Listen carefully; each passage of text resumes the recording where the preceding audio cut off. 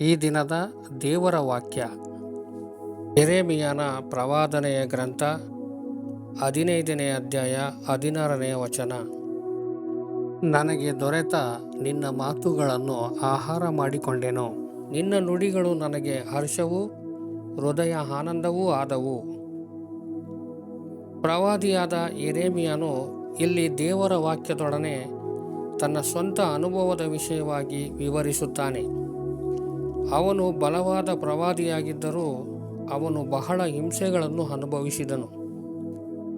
ಆದರೆ ದೇವರ ವಾಕ್ಯವು ಅವನಿಗೆ ಹರ್ಷವನ್ನು ಹೃದಯ ಆನಂದವನ್ನು ಕೊಟ್ಟಿತು. ನೀನು ದೇವರ ವಾಕ್ಯವನ್ನು ನಿನ್ನೊಳಗೆ ಇಟ್ಟುಕೊಂಡು ಅದನ್ನು ನಂಬಿದರೆ ಅದು ಖಂಡಿತವಾಗಿಯೂ ನಿನಗೆ ಸಂತೋಷವನ್ನು ಕೊಡುತ್ತದೆ. ನಮಗೆ ಈ ಲೋಕದಲ್ಲಿ ಸಂತೋಷಕ್ಕೆ ಯಾವ ಮೂಲವಿಲ್ಲದಿದ್ದರೂ ನಮಗೆ ಹಗಲು ಮತ್ತು ರಾತ್ರಿ ನಮ್ಮನ್ನು